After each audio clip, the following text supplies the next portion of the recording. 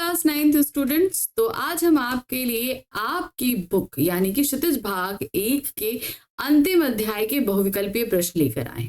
तो आप सभी के मन में ये हुआ कि अरे लास्ट चैप्टर आ गया, अब मैम क्या कराएंगी। अब इसके बाद हम बढ़ चले हैं अपने वर्णनात्मक प्रश्नों की तरफ, जहां पर हम जो हमारी बुक्स हैं यानी कि 2 बुक हैं हमारी, क्षितिज भाग 1 और कृतिका भाग 1, उसके करेंगे हम सभी वर्णनात्मक प्रश्नों। तो उसके लिए थोड़ा सा इंतजार करना पड़ेगा, ये आखिरी चैप्टर के हम पहले बहुविकल्पीय प्रश्न कर लें, तो थोड़ा सा इंतजार है। तो चलिए आज हम लेकर आए हैं अपने क्लास 9th कोर्स ए के प्यारे प्यारे स्टूडेंट्स की हमारी बुक है क्षितिज भाग 1। इसके काव्यखंड का और बुक का अंतिम अध्याय है बच्चे काम पर जा रहे हैं।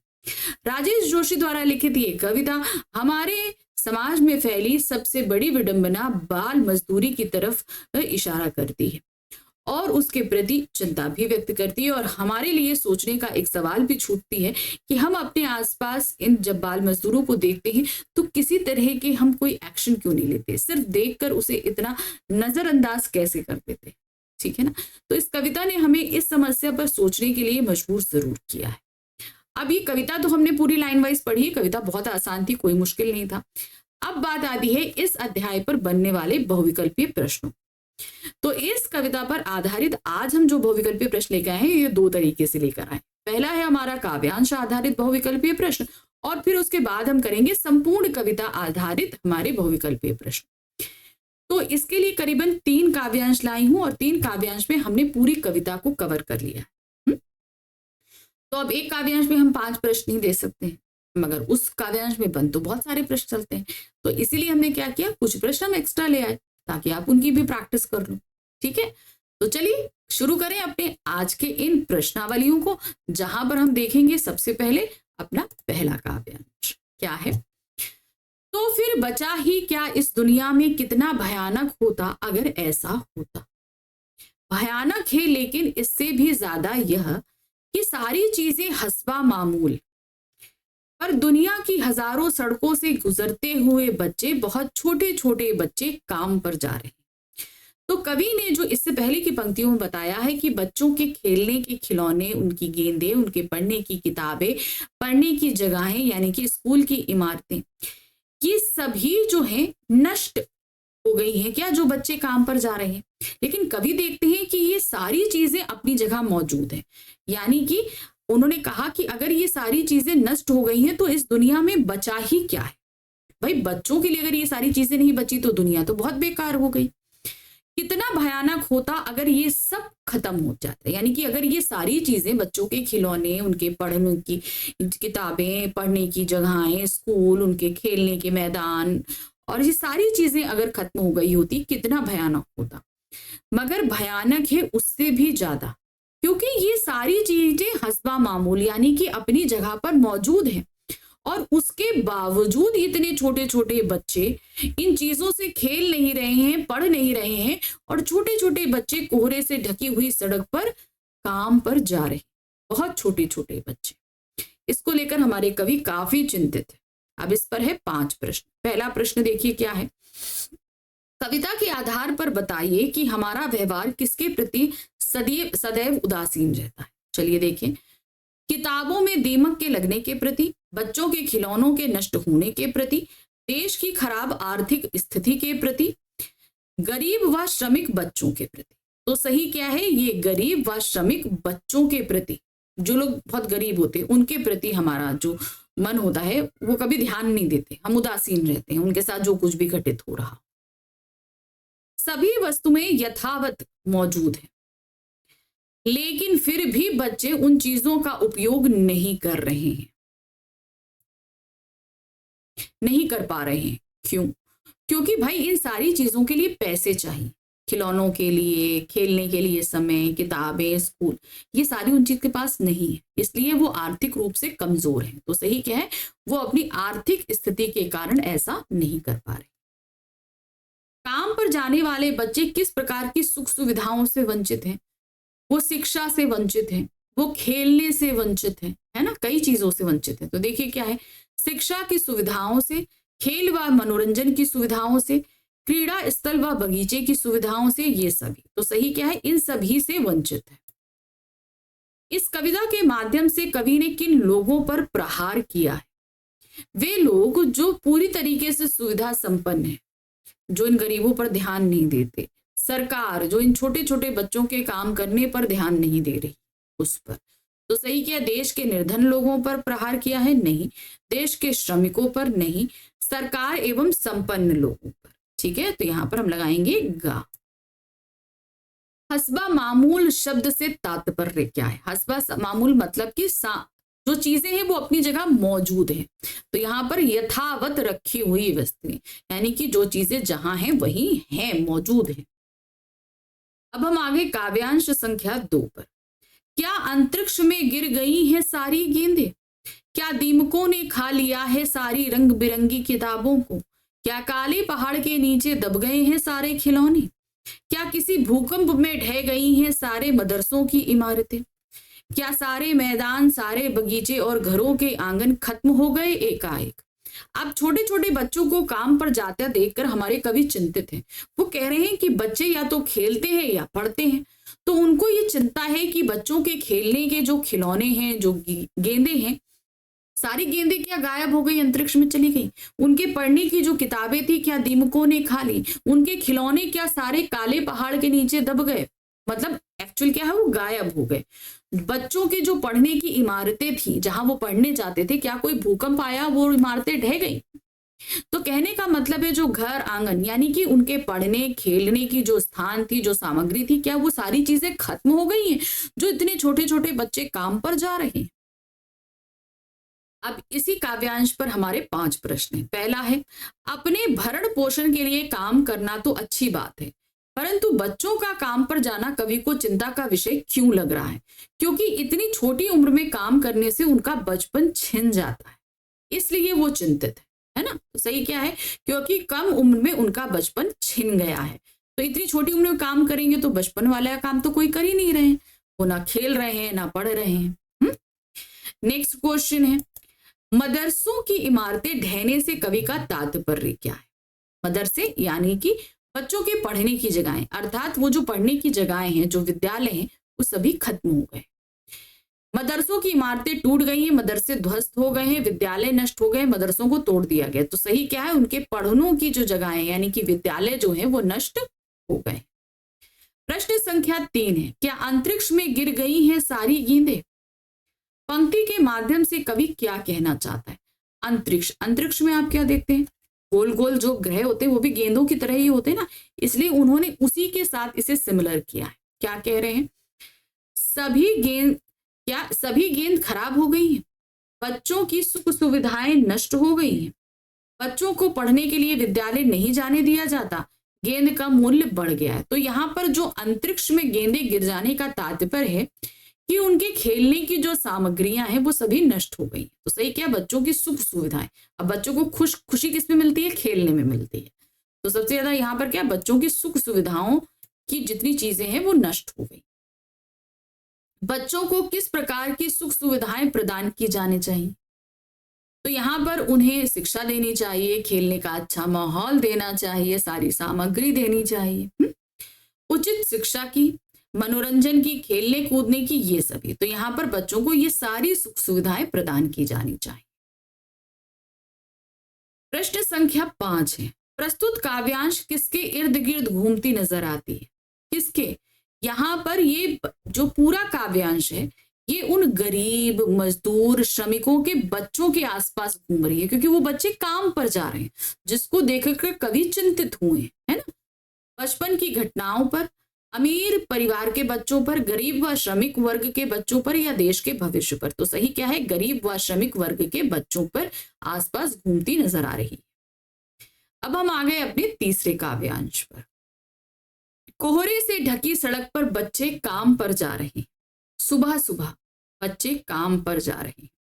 हमारे समय की सबसे खतरनाक पंक्ति है यह। भयानक है इसे विवरण की तरह लिखा जाना चाहिए इसे सवाल की तरह। काम पर क्यों जा रहे हैं बच्चे? अब एक सुबह जो है, जब अब जैसे हम लोग ठंड के समय क्या होता है, हम लोग ठंड में रजाई में घुसे रहते हैं। अब आपको कहोगे कि भाई कैसे ठंड है? क्योंकि कोहरे से ढकी, अब कोहरा कब पड़ता है? ठंड में पड़ता है। जिस ठंड में हम बड़े जो है रजाइयों के अंदर घुसे रहते हैं। इस जो है विकट परिस्थितियों में, इतने एक्सट्रीम वेदर कंडीशंस में छोटे छोटे बच्चे जो है वो काम पर जा रहे हैं।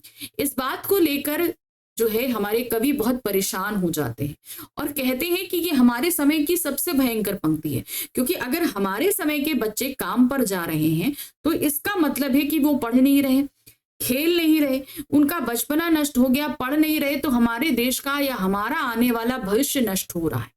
तो इसीलिए उन्होंने कहा ये हमारे समय की सबसे भयंकर पंक्ति है, इसे विवरण की तरह लिखा जाना। अब विवरण की तरह लिखा जाने का तात्पर्य क्या है, यानी कि अगर सिर्फ एक पंक्ति लिखी जाती है तो हम पढ़कर भूल जाते हैं, लेकिन उन्होंने बोला कि इसे लिखा जाना चाहिए सवाल की तरह। काम पर क्यों जा रहे हैं बच्चे, क्योंकि जब हमारे सामने सवाल प्रेजेंट होता है तो हम उसका जवाब ढूंढने के लिए हमारा दिमाग अपने आप काम करने लगता है। तो अगर सिंपल सी एक लाइन लिखी जाएगी तो हम उसे पढ़कर भूल जाएंगे, और अगर हमारे सामने एक क्वेश्चन व्यक्त कर दिया जाएगा, प्रस्तुत कर दिया जाएगा, तो हम उसका सवाल ढूंढेंगे। इसीलिए कवि ने कहा कि इसे लिखा जाना चाहिए एक सवाल की तरह कि बच्चे काम पर क्यों जा रहे हैं। अगर हम इसे ऐसे लिखेंगे तो समाज के सभी लोग इसका जवाब ढूंढने के लिए तत्पर हो जाएंगे और तब इस बाल मजदूरी का निकलेगा हल। अब इस काव्यांश पर 5 प्रश्न हैं। पहला प्रश्न देखिए क्या है, कोहरे से ढकी सड़कों पर सुबह सुबह बच्चे कहाँ जा रहे हैं? वे काम पर जा रहे हैं, अपने लिए रोजी रोटी कमाने जा रहे हैं। तो क्या सही है? काम करने जा रहे हैं। कवि के अनुसार बच्चे काम पर जा रहे हैं, इस पंक्ति को सवाल की तरह क्यों लिखा जाना चाहिए? सबसे बड़ी बात है कि आखिर इसे हम लिखें तो सवाल की तरह क्यों लिखें? देश व समाज की प्रगति को दिखाने के लिए, समाज व देश को झंझोरने के लिए, नए देश का निर्माण करने के लिए, पुरानी परंपराओं को समाप्त करने के लिए। जो समाज बाल मजदूरी को एक आम चीज समझ रहा है, उसको इसके सामने ये एक सवाल की तरह प्रस्तुत जब हम करेंगे तो वो जागेगा, अपनी नींद से जागेगा। जो सोच रहा है वो गलत है, वो ये चीज समझेगा। तो सही क्या है? समाज व देश को झंझोरने के लिए इसे सवाल से लिखने की बात, सवाल की तरह लिखने की बात करिए। कवि के अनुसार हमारे समय की भयानक पंक्ति क्या है? बच्चे काम पर जा रहे हैं। ठीक है, तो बच्चों का काम पर जाना ये एक भयंकर पंक्ति है। काव्यांश में कवि ने किस समस्या पर हमारा ध्यान केंद्रित किया है? ये बाल मजदूरी की समस्या पर हमारा ध्यान केंद्रित किया है। तो सही है आपका का ऑप्शन, बाल मजदूरी की समस्या पर। काव्यांश के आधार पर बताइए कि बच्चों का विकास किसके द्वारा संभव है? अब बच्चों का विकास जाहिर सी तौर है, अगर शिक्षा उन्हें मिलेगी तभी उनका विकास संभव है। मजदूरी करने से, शिक्षा से, केवल खाने की वस्तुएं उपलब्ध कराने से, उपरोक्त में से कोई नहीं। तो सही ऑप्शन क्या है? शिक्षा से। चलिए, अभी तो हमने पूरी कविता पढ़ ली, उस पर आधारित 5-5 प्रश्न भी देख लिए, लेकिन अभी इस पे और भी बहुत सारे प्रश्न बन सकते हैं, इसलिए हम कुछ एक्स्ट्रा क्वेश्चंस लेकर आए, इनको देख लेते हैं। ठीक है, क्या है? कवि बाल मजदूरी के लिए किसे दोषी मानता है? वो समाज को और शासन तंत्र दोनों को मान रहा है कि सरकार भी कोई एक्ट नहीं कर रहा है और जो लोग समाज में धन संपन्न हैं वो लोग भी ध्यान नहीं दे रहे हैं, तो दोनों को दोषी मानता है। तो सही क्या है? समाज व शासन तंत्र को। बच्चों का कोहरे से ढकी सड़क पर काम करने के लिए जाना किसके लिए चिंता का विषय बन गया है? कौन चिंतित है? कवि सबसे ज्यादा चिंतित है ना, तो सही क्या है? स्वयं कवि के लिए। बच्चों द्वारा काम करने का उन पर क्या प्रभाव पड़ता है? अगर बच्चे काम करेंगे तो उनका क्या असर पड़ेगा? उनका बचपन छिन जाता है। सीधी सी बात है, अगर छोटे छोटे बच्चे खेलने की जगह, पढ़ने की बजाय इतनी जिम्मेदारी भरा काम करेंगे तो जाहिर सी बात है वो बचपन में तो रहेंगे नहीं, वो तो बड़े हो गए, यानी कि उनका बचपन छिन गया। तो सही क्या है? उनका भविष्य संवर जाता है, उनका बचपन छिन जाता है, उनका दिमाग विकसित हो जाता है, उनको स्वतंत्रता मिल जाती है। तो सही क्या है? उनका बचपन छिन जाता है। क्योंकि भाई बड़े होने पर आप लोग तो बोलते हो ना, मम्मी पापा की लाइफ कितनी आसान है, भाई गए काम करके चले आए, कुछ पढ़ना ना लिखना, लेकिन उसके अलावा जो काम करने जाते हैं उसके ऊपर बहुत सारी रिस्पॉन्सिबिलिटीज होती हैं। अगर छोटे छोटे बच्चे काम पर जाएंगे तो उनके ऊपर भी वो रिस्पॉन्सिबिलिटीज आएंगी और उनका बचपन छिन जाएगा। प्रश्न संख्या 4 है, बच्चे काम पर जा रहे हैं, कविता में कवि ने सबसे अधिक भयानक किसे माना है? सबसे ज्यादा भयानक माना है छोटे छोटे बच्चों का काम पर जाना, है ना।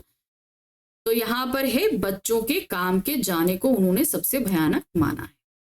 फिर आते हैं, कवि समाज और सरकार से क्या अपेक्षा करता है? वो क्या उम्मीद कर रहा है कि समाज और सरकार इस मामले में क्या करेगी।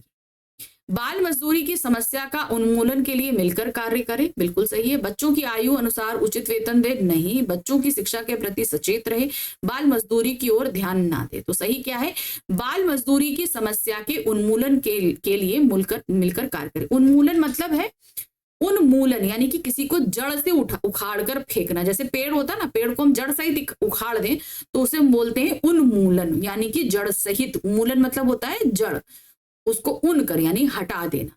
तो किसी समस्या को जड़ से खत्म कर देना।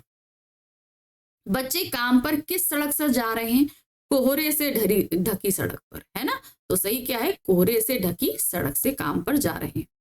बच्चों को काम पर जाता देख कवि के मन में कैसे भाव उमड़ते हैं।